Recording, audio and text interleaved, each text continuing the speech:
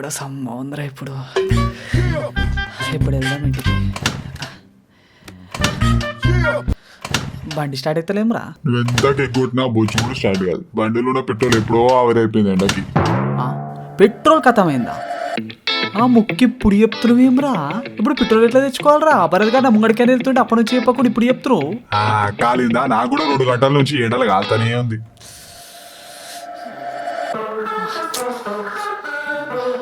అంటే ఇప్పుడు ఈ ఎండలని నువ్వు బంకుగా నూకుంటే పోయి పెట్రోల్ కొట్టించాలంటావు. అంతేగా, అంతకన్నా బెటర్ ఆప్షన్ లేదు మామ. ఉందిరా. ఏం మామ? నేను ఎండలు ఇక్కడే పెట్టి నేను నడుచుకుంటూ ఇంటికి పోవడం.